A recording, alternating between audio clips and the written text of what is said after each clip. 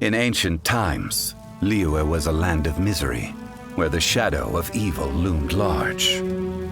As slain gods festered, their vengeful wrath cursed the world, manifesting in infernal forms.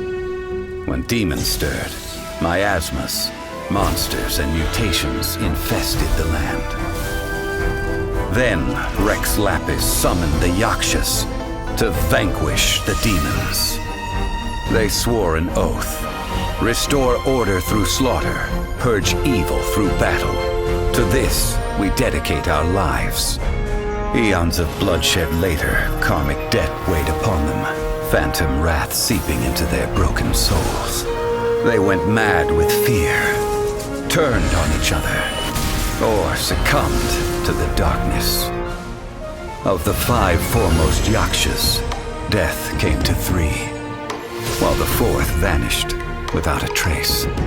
In the millennia since, one conqueror of demons remains the sole surviving Yaksha in the mortal realm.